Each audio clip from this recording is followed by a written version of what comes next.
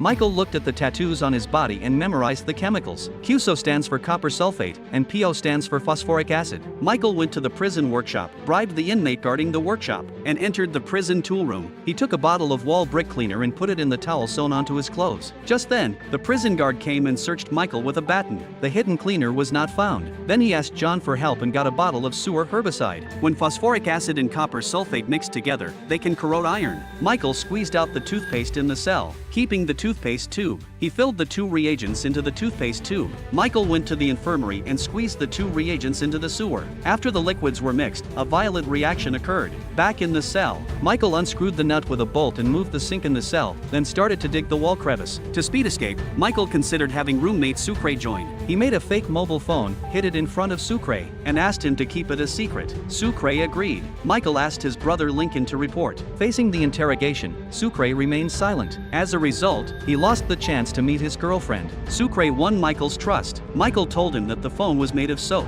Sucre was extremely angry. Michael invited Sucre to escape with him, but Sucre refused. To avoid being implicated, Sucre applied to change cells. At night, Michael was about to dig the tunnel when his new roommate Haywire moved in. Mike could only act in the dead of night, but as soon as Mike started, he turned his head and found Haywire staring at him. Haywire had a mental illness and didn't need to sleep. Michael was almost on the verge of collapse. What's worse, Haywire was interested in the tattoos on his body. The tattoos on Michael's body were the layout of the prison. To keep the secret, Michael had to carefully put on his clothes. One night, when Mike was sound asleep, a hand was tearing at his clothes. Michael sat up abruptly. It was Haywire who wanted to see his tattoos. Haywire carried a notebook with him every day and followed Michael to draw his tattoos. Michael returned to the cell and found that Haywire had drawn all the tattoos on his body. Michael directly hit his head against the door and called for the prison guards. Soon the prison guards came. Seeing the injury on Michael's head, the prison guards took Haywire away.